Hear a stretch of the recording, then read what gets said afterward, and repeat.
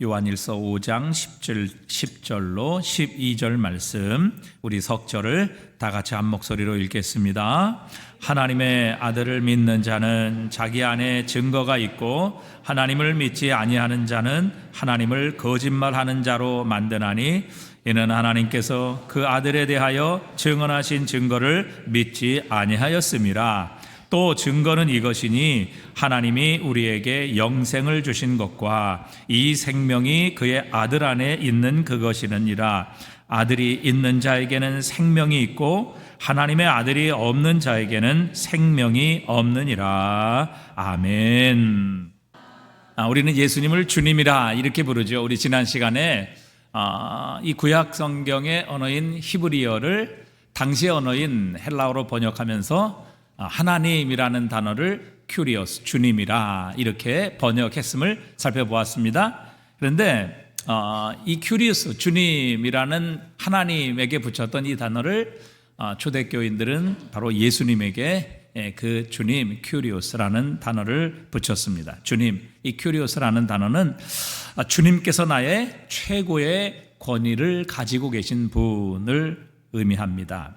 그래서 우리가 잘 아는 베드로의 신앙 고백에도 보면은 주는 그리스도시요, 주는 그리스도시요, 살아계신 하나님의 아들이시니다, 이렇게 예수님을 향해 자신의 신앙의 고백을 했던 것을 우리는 기억합니다. 또 우리가 잘 아는 사도행전 16장 31절에도 보면 주 예수를 믿으라, 그냥 예수를 믿으라 이렇게 말씀하지 아니하고 예수 그리스도께서 주님, 큐리오스다. 그래서 주 예수를 믿으라. 그리하면 너와 내 집이 구원을 받으리라. 이렇게 선포하고 있는 것입니다. 그런데 이 초대교인들이 살던 이 로마 시대는 황제를 큐리오스, 주님이라고 불렀습니다. 그런데 그 로마 시대, 유대인들은 로마의 속국으로 있었죠. 그리스도인들은 황제를 큐리오스, 주님이라고 부르는 것이 아니라 예수 그리스도를 주님이라고 불렀던 것이죠. 그래서 로마인들은 그리스도인들이 자신의 황제를 큐리오스, 주라고 부르기를 거부하고 예수 그리스도를 주라고 불렀던 이런 그리스도인들을 핍박하기 시작했죠. 왜? 황제는 자신의 주님이신데, 로마의 황제가 바로 주님이신데 그리스도인들은 그 황제를 주님이라고 부르기를 거부하며 오직 예수 그리스도를 자신의 주님, 큐리오스라고 불렀기 때문입니다. 자, 그리스도인들은 왜 그런 핍박을 받으면서도 황제를 큐리오스, 주라고 부르지 아니하고 예수님을 주님이라고 불렀을까요? 그 이유는 주님은 두 분일 수 없는 것입니다. 주님은 한 분이십니다. 그러기에 로마 황제도 주님이라고 부르고 또 예수님을 향해서도 주님이라 이렇게 그리스도인들은 부를 수 없었던 것이죠. 최고의 권위를 가지신 분은 한 분, 예수 그리스도, 그분만이 우리의 주님이시다, 우리의 큐리오스이시다, 이렇게 그리스도인은 불렀던 것입니다. 그래서 로마의 황제를 주님이라 이렇게 부르지 않았던 기독교인들을 핍박했고 그들은 300~400년 동안 그 로마의 카타콤이라는 동굴 속에서 혹은 핍박을 받으며 혹은 순교하며 자신의 황제를 주라고 부르지 않았다는 그것으로 인하여 핍박을 받고 순교를 당하기까지 했던 것입니다. 오늘도 우리의 삶에 주님은 두 분이 없습니다. 예수 그리스도를 주로 섬긴다면 다른 모든 것들은 주님의 종이요 또 주님을 위한 것이 될 것입니다. 그러나 그리스도 예수가 아닌 다른 것이 우리의 주님이라면 때로는 우리의 물질이, 또 우리의 명예가, 우리의 욕심이, 또 나의 욕망과 비전이 나의 주님, 나의 큐리오스라고 하면 주님은 그것을 위한 수단과 방법이 될 수밖에 없는 것이죠. 우리의 주님은 한 분이십니다. 여러분의 주님은 누구이신지요? 예수 그리스도께서 저와 여러분의 주인 되십니까? 아니면 그분을 수단으로 삼아 내가 원하는 나의 욕심과 나의 욕망과 또 인간의 이 탐욕이 혹시 나의 주 큐리오스가 되어 이 모든 것들을 우리가 섬기고 있는 것은 아닌지 우리의 모습을 돌아보게 됩니다. 자, 그런데 우리가 예수님을 주, 나의 주님이라고 고백하며 믿게 될 때에 우리의 삶의 영역에는 세 가지 정도의 변화가 일어나게 하십니다. 가장 먼저 나의 삶의 변화가 일어나게 하시지요. 여러분, 얼마나 인류의 문명과 과학이 발달했습니까? 정말 이전에는 상상할 수도 없는 일들이 지금 우리 주변에 또 우리의 삶에 일어나고 있습니다. 이제 더 이상 은행에 갈 필요도 없고, 그저 앉아서 스마트폰으로 수백만 원, 수천만 원, 수억을 우리가 이체하고 또 그것을 받기도 하고 이런 상상할 수 없는 과학기술이 지금 우리의 손에 있습니다. 옛날에는 몇 년이면 강산도 변해요? 10년. 요즘은 몇 년, 얼마 만에 강산이 변해요? 10개월이요? 네. 요즘의 주기는 3개월이라고 합니다. 3개월이면 강산이 변한다는 것이죠. 그만큼 이 세상은 급속도로 발전하고 성장하고 있습니다. 그런데 이런 발전과 성장의 상황 가운데서 우리 인간이 어떤 권력을 가지고도 어떤 과학기술과 지혜와 힘을 가지고도 이길 수 없는, 인간이 결코 정복할 수 없고 이길 수 없고 넘어설 수 없는 두 가지가 있습니다. 하나는 죽음이고 다른 하나는 악의 권세입니다. 먼저 첫 번째, 죽음이죠. 여러분, 세상에 얼마나 훌륭한 사람들이 있습니까? 지혜로운 사람, 똑똑한 사람, 위대한 일을 역사에 이룬 사람들이 많습니다. 그러나 그렇게 아무리 똑똑하고 아무리 능력 있고 아무리 지혜로워도, 그리고 아무리 많은 사람의 존경과 사랑을 받았을지라도 그들이 할 수 없었던 것이 한 가지 있었는데 바로 죽음을 이기는 것이었습니다. 어떤 분은 나는 몇 살 되면 죽을 거야, 이렇게 자신의 죽는 날짜를 정하시는 분도 계십니다. 그러나 그 죽음이라는 것은 내가 음식처럼 조절할 수 있는 것이 아니죠. 어떤 분은 난 90살까지 살 거야, 요즘은 100수까지도 충분히 하실 수 있는 그런 시대죠. 그렇게 장담하시는 분도 계십니다. 그러나 우리의 생명은 내 마음대로 조정할 수 있는 것이 아니죠. 그리고 우리가 죽고 나면 우리의 몸은 부패됩니다. 누구도 무엇으로도 이 과정을 바꿀 수는 없습니다. 이집트의 미이라도 사람을 보관하기 위해 40일 동안 모든 내장과 심지어 뇌까지도 다 빼내고 그것에 방부제를 넣어 보호합니다. 그러나 언젠가는 부스러지고 티끌이 되고 마는 것이죠. 이게 바로 우리 인간의 한계입니다. 여러분, 죽은 사람을 보존할 수 없을 뿐만 아니라 더군다나 죽은 사람을 살릴 수 있는 능력은 결코 우리에게는 없다는 사실입니다. 그러나 하나님은 하셨습니다. 하나님은 우리 인간이 가장 할 수 없고 우리 인간에게 가장 불가능한 이 죽음을 죽음에서 다시 살리는 역사를 이루셨다는 사실입니다. 하나님께서는 우리 주 예수 그리스도를 죽음에서 다시 살리셨습니다. 하나님은 주의 거룩한 자로 썩음을 당하지 않게 하셨죠. 여러분, 그 전에 누구도 경험해 본 적이 없고 누구도 가진 적이 없었던 이 무한하고 자유롭고 영광스러운 새 생명을 우리 하나님께서는 그리스도 예수에게 허락해 주셨습니다. 그래서 예수 그리스도는 죽음을 이기고 승리하셨습니다. 예수님은 죽음에서 다시 사신 것이죠. 이 세상에서 죽음을 이기시고 승리한 분은 예수 그리스도 한 분밖에 없습니다. 예수 그리스도는 바로 하나님이시죠. 그분은 죽음을 이기고 승리하신 우리의 주님이십니다. 그런데 여러분, 이 부활의 능력이, 이 새 생명의 역사가 누구에게 작동하느냐 하는 것입니다. 누구에게 이 생명의 역사, 부활의 역사가 일어나는가 하는 것이죠. 그것은 바로 예수 그리스도를 주로 큐리오스로 믿고 영접하는 자에게 바로 예수 그리스도의 생명, 부활 생명이 역사하신다는 사실입니다. 여러분, 예수 그리스도를 믿는 믿음은 예수 그리스도와 우리를 연합시키십니다. 하나가 되게 하시는 것이죠. 그래서 예수님에게 일어난 일이 우리에게도 일어나게 하시는 겁니다. 이게 믿음의 놀라운 비밀입니다.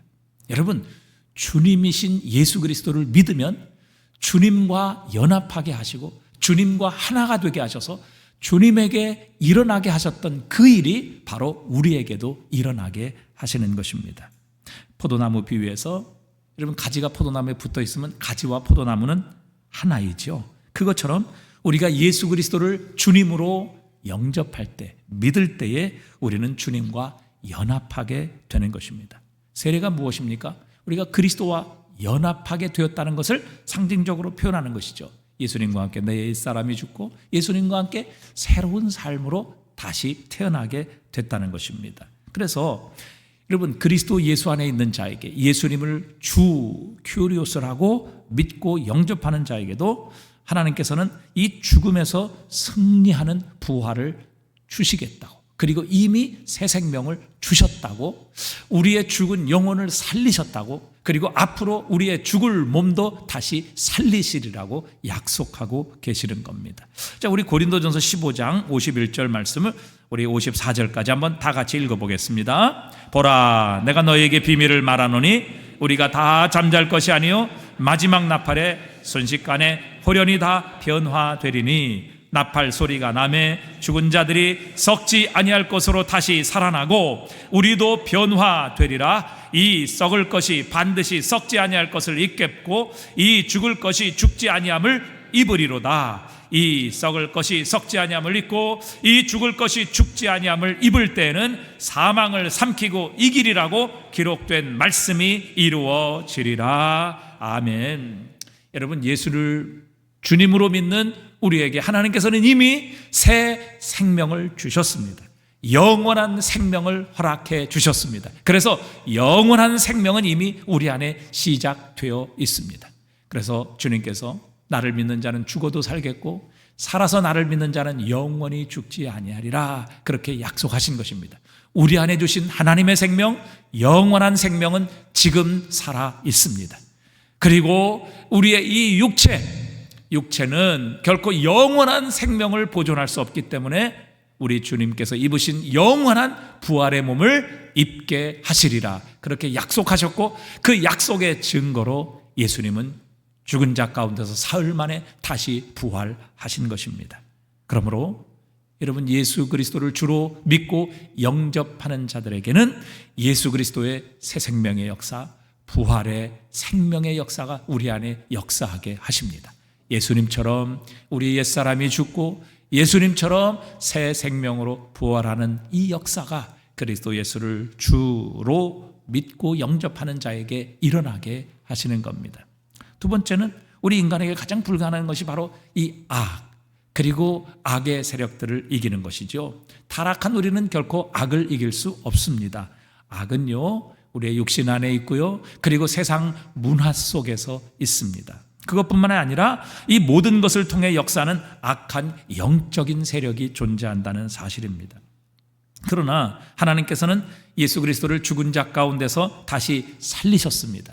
그분을 일으키십니다. 그리고 하늘에 우리 하나님 보좌 우편에 앉게 해 주셨습니다. 이 하나님의 보좌 우편이라는 것은 바로 집행 권한이 있는 자리입니다. 모든 최고의 영광의 자리를 의미하는 것입니다. 여러분, 우리의 싸움은 영적 존재들과의 싸움이지요. 그래서 에베소서 6장 12절에도 보면 우리의 씨름은 혈과 육을 상대하는 것이 아니요 통치자들과 권세들과 이 어둠의 세상 주관자들과 하늘에 있는 악의 영들을 상대합니다.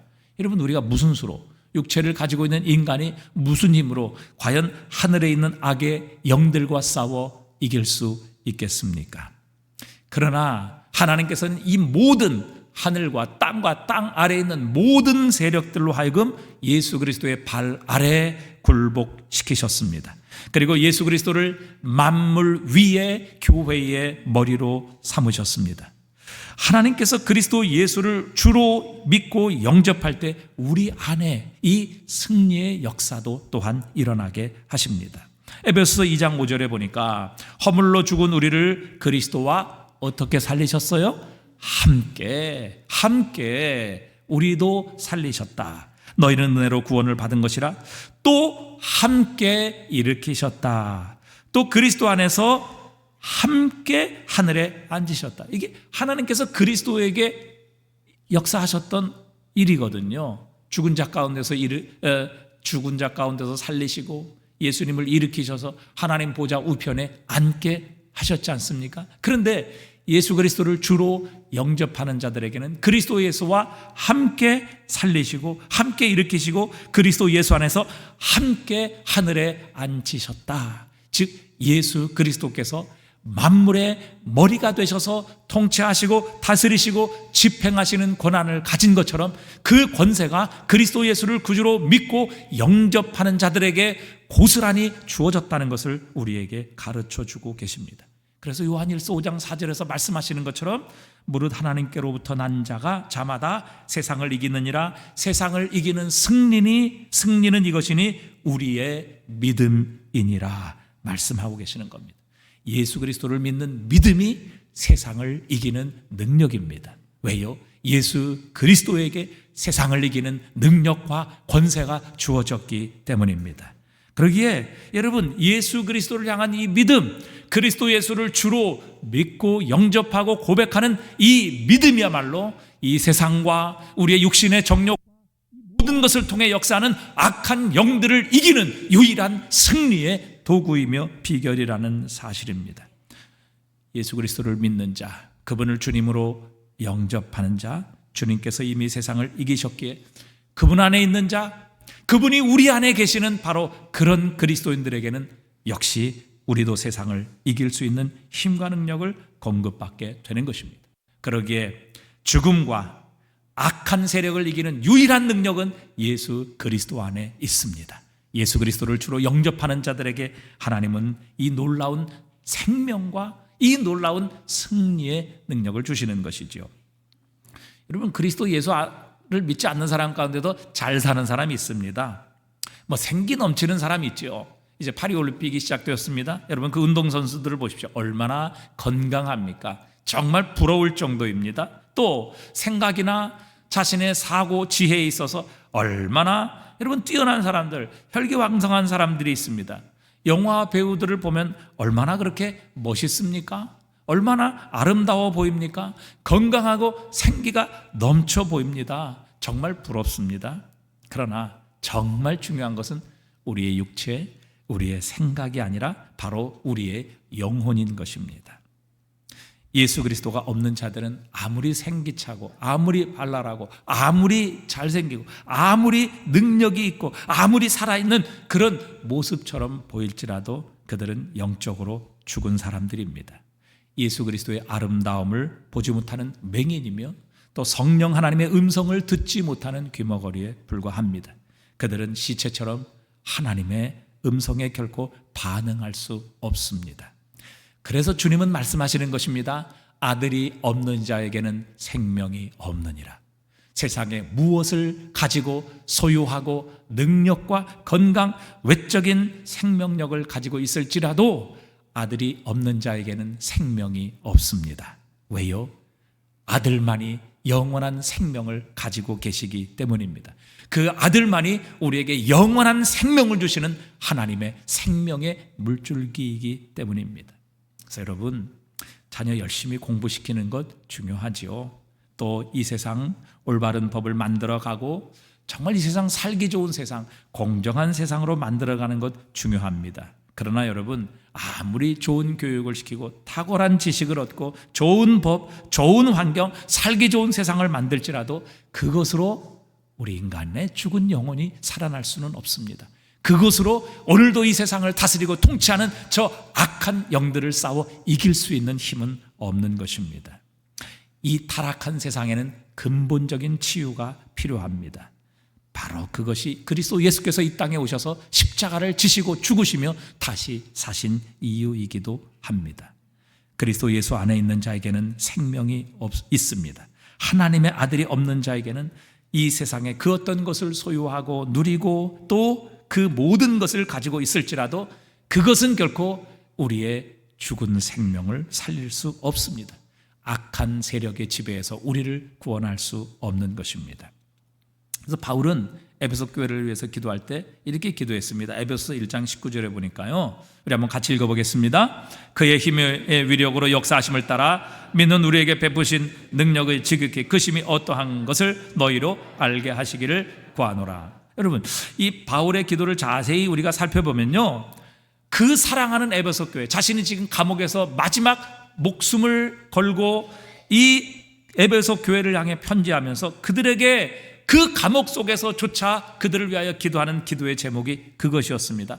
그는 하나님, 저 에베소 성도, 내가 목숨 바쳐 복음 전하고 구원한 에베소 성도, 하나님 축복을 더해 주십시오. 새로운 축복을 허락해 주십시오. 이렇게 기도하지 않았습니다. 이미 하나님께서 그들에게 베푸신 능력이 얼마나 큰 것인가를 알게 해달라고. 자, 우리 19절 한번 다시 우리 좀 띄워주시기 바랍니다. 자, 그 힘의 위력으로 역사하심을 따라 믿는 우리에게 베푸신 능력의 지극히 크심이 어떠한 것을 너희로 알게 하시기를 구하노라. 여러분, 하나님은 이미 그분의 위대하고 지극히 크신 능력을 에베소 교회에 보여주셨다는 것입니다. 나타내셨다는 것입니다. 그것을 시위해 주셨다는 것이죠. 그것을 알게 되면 이 세상의 어떤 위기, 어떤 고난, 심지어 죽음에서조차 결코 두려워하지 않을 수 있음을 사도 바울은 알았던 것입니다. 여러분, 우리 하나님께서는요, 자신의 능력을 2번이나 입증하셨습니다. 먼저는 그리스도 예수를 죽은 자 가운데서 살리심으로 하나님이 어떤 능력을 가지고 계시는가 하는 것을 보여주셨죠. 이 세상 어느 누구도, 이 세상 어떤 존재도, 이 세상의 어떤 지혜와 어떤 사람도 할 수 없었던 죽음에서 다시 살리시는 능력, 이 새 생명과 부활의 능력을 하나님은 이미 온 세상에 그리스도 예수를 통해서 보여주셨습니다. 그것뿐이 아니죠. 여러분, 그 그리스도 예수, 죽은 자 가운데서 다시 살리신 그 그리스도 예수를 믿는 자들 속에도 하나님은 동일한 역사를 행하셨던 것입니다. 그래서 그리스도 예수를 믿는 자에게는 새 생명이 있습니다. 우리 안에 부활 생명을 허락해 주신 것입니다. 죽었던 영혼을 다시 살려주셔서 우리 안에 영원한 생명이 있게 해 주신 것입니다. 이것이 바로 하나님께서 성도에게, 예수 그리스도를 믿는 성도들에게 주신 위대한 능력임을 이미 사도 바울은 알고 있었던 것이죠. 그래서 에베소 교회가 이미 이 능력을 받았다는 것입니다. 이 능력을 이미 보았고 체험했다는 것이죠. 그리스도 예수를 죽은 자 가운데서 살아나게 하시는, 죽은 사람이 살아나는 이 세상에 가장 불가능한, 가장 위대한 역사가 바로 하나님의 손에서 그리스도 예수를 통해서 일어나게 하셨고, 두 번째는 그분을 믿는 자에게도 동일한 부활과 생명의 역사, 영원한 생명의 역사가 일어나게 하셨음을 이미 에베소 교회에 주셨는데, 바로 에베소 교회가 그 이미 하나님께서 그들에게 주신 능력을 영적인 눈을 떠 알게 하시기를 간절히 기도했던 것입니다. 여러분, 이 하나님의 죽은 자를 다시 살리시는 능력, 이 부활의 능력이 우리의 삶 가운데 역사하신다면, 여러분, 세상에 인간이 가장 할 수 없는 이 죽음에서 다시 살아나시는 이 능력과 역사가 하나님의 손에 있다면, 그리고 그리스도 예수를 믿는 자들에게 이 놀라운 능력을 주시고 역사하시고 행하셨다는 사실을 우리가 깨닫는다면, 여러분, 우리의 삶에는 놀라운 변화와 또 정말 세상의 어떤 환경 조건 대적 앞에서도 흔들리지 않는 담대함을 우리는 소유하게 될 것입니다. 여러분, 우리가 가장 못하는 것이 무엇입니까? 우리는 잘 알고 있습니다. 여러분, 우리가 제일 변화될 수 없는 것 무엇인지, 우리의 힘으로는 정말 어찌할 수 없는 것인지, 없는 것이 무엇인지, 우리의 삶에서 가장 약한 부분이 어떤 것인지 여러분, 우리는 잘 알고 있습니다. 여러분, 그것이 우리의 혀입니까? 우리의 성질입니까? 우리의 정욕입니까? 버리지 못하는, 끊지 못하는 악한 습관입니까? 여러분, 우리의 힘으로는 결코 이것을 이길 수 없을지 모릅니다. 그런데 여러분, 혹시 하나님께서도 이런 것들을 통제하고 이길 힘이 없다고 이렇게 생각하는 것은 아닌지요? 하나님도 우리처럼, 하나님도 우리의 능력과 같은 그런 능력을 가지고 계신 분으로 생각하고 있지 않은지요?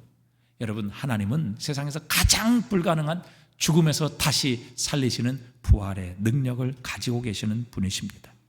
예수 그리스도 앞에 모든 만물을 무릎 꿇게 하시고 그분을 믿는 자에게, 예수 그리스도에게 일어나게 하신 일을 똑같이 일어나게 하시는 분이십니다.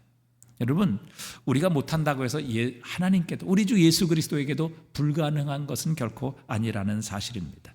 오늘도 우리가 우리에게 베푸신 지극히 크신 능력이 어떤 것인지를 우리의 영적인 눈을 또 보게 해달라고 기도해야 합니다. 우리가 이 능력을 알고 이 능력을 발견하고 이 능력을 확신한다면 우리도 바울처럼 내게 능력 주시는 자 안에서 내가 모든 것을 할 수 있느니라, 이 고백이 우리의 고백이 되게 해 주실 것입니다. 여러분, 우리 하나님은 하시지 못할 일이 없으십니다. 왜요? 인간이 가장 할 수 없는 죽음에서 다시 살아나는 이 일을 행하신 분이고 그리스도 예수를 믿는 사람에게 이 일을 동일하게 행하시는 하나님이시기 때문입니다. 여러분, 예수를 믿으면 가장 먼저 우리의 삶에 이런 변화가 일어나게 하십니다. 두 번째, 예수 그리스도를 주님으로 믿을 때 우리의 모든 형제, 자매, 지체의 관점과 관계가 바뀌게 됩니다. 여러분, 예수 그리스도를 주로 시인하고 인정하면요, 우리의 성도들과의 관계도 바로 섭니다. 로마서 14장에 보면요, 교회 안에 믿음이 연약한 형제들에 관한 말씀이 나옵니다. 당시에 시장에 나오는 모든 고기들은요, 다 이방신에게 먼저 바쳐진 후에 시장에 나오는 것들입니다. 그런데 그런 고기를 과연 먹어도 되느냐, 이런 문제 때문에 로마 교회 안에 갈등이 있었습니다. 우상이 무슨 신이야, 우상은 아무것도 아니야, 사람의 손으로 만든 거야, 이렇게 생각하며 그 고기 먹어도 아무 문제 없어, 이렇게 믿음이 강한 사람들이 있었는가 하면, 그 우상에게 바쳐진 고기는 우상에게 바쳐진 제물이기 때문에 먹어서는 안 돼, 우리는 야채만 먹어야 돼, 이런 채식주의자들도 있었던 것입니다. 또 그런가 하면 어떤 사람은 날을 중요히 여깁니다. 특별히 유대인들은 절기를 중요하게 여겼고 월삭, 초하루 이런 것들을 중요하게 여겼던 것이죠. 안식일 굉장히 중요하게 여겼습니다. 그러나 다른 사람들은 모든 날은 주님의 날이야, 주님의 영광을 위해 살아야 돼, 이렇게 생각하고 모든 날을 동일하게 생각하는 사람들도 있었습니다. 그래서 로마에 있는 교인들 가운데는 특정한 음식을 먹느냐 마느냐 이런 문제, 또 나를 과연 어떤 날을 더 중요하게 여길 것이냐, 중요하게 여기지 않을 것이냐, 이런 것을 두고 의견이 갈라졌던 것이죠. 자, 바울은 이렇게 로마 교회 의견이 다르고 차이가 있는 것에 대해서 야단치지 않았습니다. 오히려 생각이 다른 지체들을 대하는 그리스도인의 태도에 대해서 사도 바울은 나무라고 혼내고 있는 것입니다. 교회 성도들이 생각이 다르다고 해서 서로를 향해 비판했고 서로를 업신여기고 있었던 것입니다. 자, 로마서 14장 2절에 보니까요, 이렇게 말씀하시죠. 우리 한번 읽어보겠습니다. 어떤 사람은 모든 것을 먹을 만한 믿음이 있고 믿음이 연약한 자는 채소만 먹느니라. 먹는 자는 먹지 않는 자를 업신여기지 말고 먹지 않는 자는 먹는 자를 비판하지 말라. 이는 하나님이 그를 받으셨음이라. 그러니까 과연 상대방을 어떤 태도로 대하느냐 하는 것을 따라서 상대방에 대한 관점, 모든 관계가 깨어지기도 하고 또 하나가 될 수도 있다는 사실이죠. 여러분, 그래서 바울이 그 교회를 향해, 로마 교회를 향해 간절히 부탁한 한 가지 사실이 있었습니다. 무엇인가 하면 바로 그리스도 예수가 우리의 주님이시라는 겁니다. 그러니까 우리가 그리스도 예수께서 우리의 주님이심을 우리가 인정한다면 이 서로 다름의 문제는 결코 비판과 또 원망의 대상이 될 수 없다는 것이죠. 왜 그렇습니까? 여러분, 로마서 14장 4절에서 이렇게 말씀하십니다. 남의 하인을 비판하는 너는 누구냐? 그가 서 있는 것이나 넘어지는 것이 자기 주인에게 있음에 그가 세움을 받으리니 이는 그를 세우시는 권능이 주께 있습니다. 여러분, 남의 하인을 비판하는 너는 누구냐? 네가 주인이냐? 네가 주님이냐? 그 말이에요. 우리 그리스도인들의 주님은 누구예요? 우리 그리스도인들의 주님은 누구예요? 예수님 한 분밖에 없는 것입니다. 주님이 우리의 주인이시라면, 예수님이 우리의 주님이시라면 우리는 모두 그분의 종입니다. 종들끼리 뭘 비판합니까? 종들끼리 뭘 판단합니까? 내가 주인의 자리에 서서 내가 재판장이 되어 다른 사람을 판단하고 비판하는 그런 사람들을 향해 우리의 주인이 누구냐? 예수님이 우리의 주인이시다. 그분이 우리의 주인 되심을 믿고 확신한다면 다른 지체들에 대한 태도가 달라질 것이다. 우리 모두는 다 주님의 종 아니냐? 우리 모두는 주님의 하인이 아니냐? 그 하인이 서고 패하는 모든 주권은 그의 주님이신 예수님께 있다. 그러니까 왜 우리가 주인의 자리에 서서, 왜 우리가 재판장에 서서 다른 사람 뭐 잘했니 못했니, 이거 먹어야 되니 마니, 이 날이 중요하니 중요하지 않니, 이런 거를 판단하느냐 하는 것입니다. 그를 세우고 그를 높이시는 주권은 그의 주인이신 예수 그리스도에게 있다는 것입니다. 여러분, 우리가 상대방 책임지는 것 아닙니다. 그 모든 책임은 자신들이 주님 앞에 서서 지게 될 것입니다. 우리가 주인이 되고 재판장이 되어 다른 지체를 비판하지 않는 법, 그것은 바로 예수 그리스도만을 우리의 주인이요 우리의 머리로 인정하는 것입니다. 그러면 우리 모두는 다 그리스도 예수의 종이요 하인으로서 함께 지체되고 우리는 머리 되신 예수 그리스도에게 온전히 순종해야 할 그분의 몸이라는 것을 우리는 다시 한번 확신하고 우리 모든 성도들의 관계도 다시 제 자리를 찾게 될 것입니다. 같은 종인 우리 형제 자매들을 향해 우리는 비판하거나 판단하거나 정죄하지 않게 될 것입니다. 그래서 예수 그리스도를 주로 큐리오스로 믿고 인정하게 되면 우리 모든 지체들과의 관계도 제자리를 찾게 되는 역사가 일어나게 하십니다. 마지막 세 번째, 여러분 예수 그리스도를 주로 믿고 영접하면 우리는 이 세상과의 관계도 제자리를 찾게 됩니다. 빌립보서 2장 9절에 보면요, 이러므로 하나님이 그를 지극히 높여 모든 이름 위에 뛰어난 이름을 주사 하늘에 있는 자들, 땅에 있는 자들, 땅 아래에 있는 자들로 모든 무릎을 예수의 이름에 꿇게 하시고 모든 입으로 예수 그리스도를 주라 시인하여 하나님 아버지께 영광을 돌리게 하셨느니라 말씀하십니다. 여러분, 예수 그리스도는 만유의 주님이십니다. 여러분, 예수 그리스도는 나만의 구주가 아니에요. 나만의 주님이 아니에요. 예수 그리스도는 우리 해운대 신일 교회의 주님만이 아니세요. 한국 교회의 주님만이 아니시라고요. 세계 교회의 주님만이 아니세요. 예수 그리스도는 만물의 주님이십니다. 그리고 그 만물의 주님이신 그 주님 앞에 모든 무릎이 무릎을 꿇고 예수 그리스도의 이름 앞에 무릎을 꿇는 날이 오게 하실 것입니다.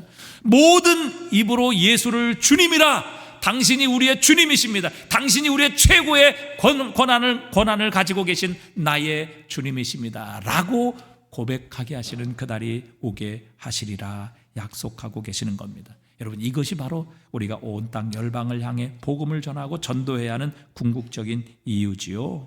여러분, 모든 입술이 예수를 주라 시인하고 모든 무릎이 예수 그리스도 앞에 꿇어지는 것, 이것이 이 세상과 열방을 향하신 하나님의 뜻입니다. 그리고 이 하나님의 뜻은 반드시 이루어지게 될 것입니다. 그리고 이렇게 될 때 우리 하나님은 홀로 영광과 찬송을 받으십니다. 여러분, 오늘 본문에서도 말씀하시죠. 예수 그리스도를 구주로 인정하지 않는 것은 하나님을 거짓말하는 분으로 만드는 것이다. 하나님 거짓말장이다, 이렇게 말하는 것과 똑같다는 것입니다. 왜 그렇습니까? 여러분, 하나님은 모든 것을 통해서 예수 그리스도께서 바로 우리의 주님이시고 우리의 구원자라는 것을 분명히 증거해 주셨습니다. 그분의 물세례를 통해서, 또 그분의 죽음과 부활을 통해서, 여러분, 예수 그리스도께서 우리의 구주이시며 우리의 주님이시라는 것을 하나님께서는 수없이 증명하셨어요. 그런데 하나님께서 그렇게 말씀하시고 증명하시고 그렇게 가르쳐 줬는데 예수님이 구주가 아니시다, 아니면 예수님을 나는 못 믿겠다, 영접하지 않는다, 그 말은 하나님을 거짓말하는 분으로 만드는 겁니다. 그 하나님이 거짓말한다는 것이죠. 왜? 그렇기 때문에 하나님의 말씀을 믿지 않는 거예요. 그렇기 때문에 여러분, 우리가 때가 차게 되면 에베소서 1장 10절에 보면 하늘에 있는 것이나 땅에 있는 것이나 다 그리스도 안에서 통일되게 하시리라, 그렇게 약속하십니다. 이 통일이라는 헬라어 단어는요, 머리가 된다라는 의미를 가지고 있습니다. 그러니까 세상 모든 만물이 예수 그리스도의 이름 앞에 무릎을 꿇고 모든 입술이 예수를 주로 시인하며 예수 그리스도를 만물의 머리가 되게 하시는 그날이 이 땅에 오신다는 겁니다. 에베소 1장 21절에도 보니까 모든 통치와 권세와 능력과 주권과 이 세상뿐 아니라 오는 세상에 일컫는 모든 이름 위에 뛰어나게 하시고, 22절 우리 한번 다 같이 읽어볼까요? 또 만물을 그의 발 아래 복종하게 하시고 그를 만물 위에 교회의 머리로 삼으셨느니라. 여러분, 때가 차면 하늘과 땅의 모든 것이 예수 그리스도 안에서 그분을 머리로 하여 통일되는 날이 오게 될 것입니다. 그것이 바로 하나님의 뜻이지요. 그래서 하나님께서는 그때가 될 온 세상을 그리스도 예수 안에서 만물을 새롭게 하실 것이라. 계시록 21장 5절에 보니까요, 보좌에 앉으신 이가 이르시되 보라 내가 만물을 새롭게 하노라 하시고, 또 이르시되 이 말은 신실하고 참되니 기록하라. 여러분, 모든 만물이 새롭게 되는 그날이 오게 될 것이고, 그 모든 만물 위에 예수 그리스도가 머리가 되셔서 그분이 주님으로서 세상 만물을 그분의 뜻대로 다스리고 통치하며, 이 나라는, 온 세상은 하나님의 나라가 되어 우리 주 예수 그리스도께서 통치하시고 다스리시는 완전한 하나님의 나라가 이 땅에 임하게 될 것입니다. 여러분, 이 세상을 향한 하나님의 영원한 계획, 이것을 우리가 소망으로 가지고 있는 그리스도인입니다. 여러분, 이 위대하고 이 영광스러운 소망, 온 만물이 새롭게 될 것이며, 그 새롭게 된 만물 위에 예수 그리스도가 머리가 되시고 왕이 되셔서 온 열방과 세상과 모든 만물을 통치하시고 다스리시는 하나님의 나라가 이 땅에 임하게 될 것이고 완성될 것이라는 사실입니다. 여러분, 그런데 오늘 우리가 가지고 있는 소망은 너무 초라하지 않습니까? 우리가 가지고 있는 꿈은 너무 작은 것 아닙니까? 그저 나 하나 성공하고, 우리의 가정 건강하고, 우리의 자녀들 잘 되고, 여러분, 만물이 새롭게 되고, 그리스도 예수께서 그 만물의 머리가 되셔서 이 온 세상을 다스리고 통치하시는 하나님의 나라가 이제 이 땅에 완성되는 그날이 오게 될 텐데, 여러분, 우리가 하는 일, 우리가 하는 기도, 우리가 가지고 있는 이 소망, 우리가 가지고 있는 이 꿈과 비전, 여러분, 너무 초라하고 너무 작은 것 아닙니까? 여러분, 그래서 사실은 주님께서 우리에게 말씀하셨죠. 마태복음 28장 19절에 보니까 그러면 너희는 가서 모든 민족으로 제자를 삼아 아버지와 아들과 성령의 이름으로 세례를 주고 내가 너에게 분부한 모든 것들을 지키게 하라. 가르쳐 지키게 하라. 볼지어다 내가 세상 끝날까지 너희와 항상 함께 있으리라. 여러분, 주님이 다시 오십니다. 그리고 만물을 새롭게 하실 것입니다.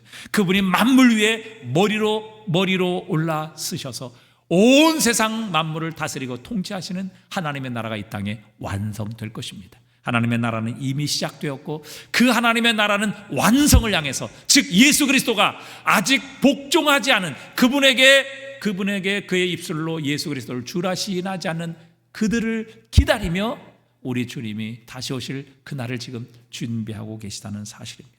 그래서 주님께서는 너희는 가서 모든 족속으로 제자를 삼아 아버지와 아들과 성령의 이름으로 세례를 주고 내가 너에게 분부한 모든 것들을 가르쳐 지키게 하라 우리에게 명령하신 것입니다. 여러분, 이것이 바로 우리가 월드 크리스찬이 되어야 할 이유입니다.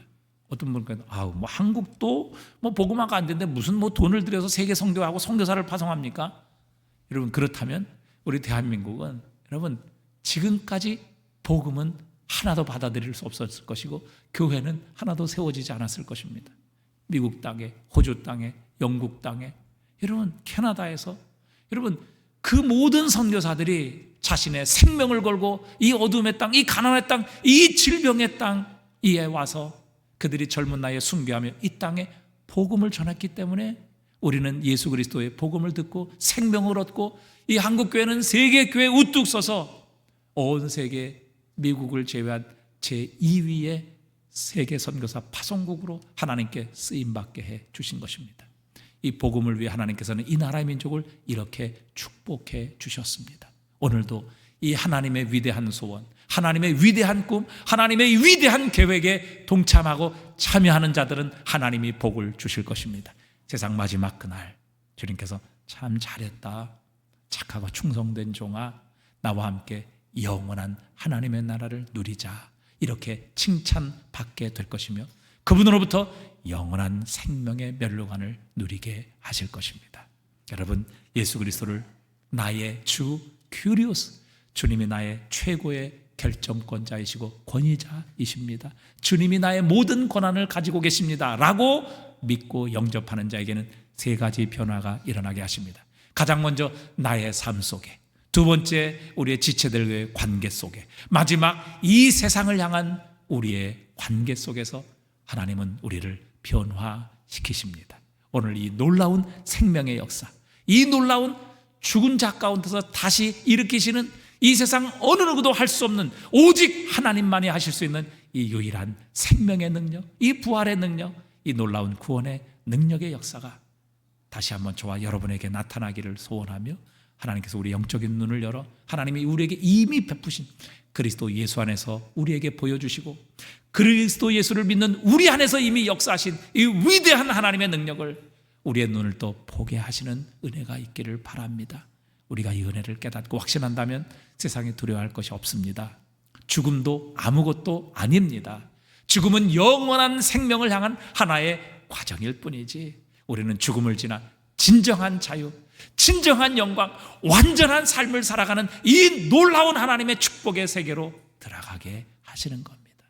여러분, 하나님 안에 있는 이 놀라운 능력의 역사를 하나님께서 우리에게 보게 하시고 깨닫게 하셔서 이 세상을 승리하며 우리의 자신과 우리의 지체들과 세상을 향한 우리의 관계가 다시 한번 새로워지는 역사가 있기를 주님의 이름으로 축복합니다.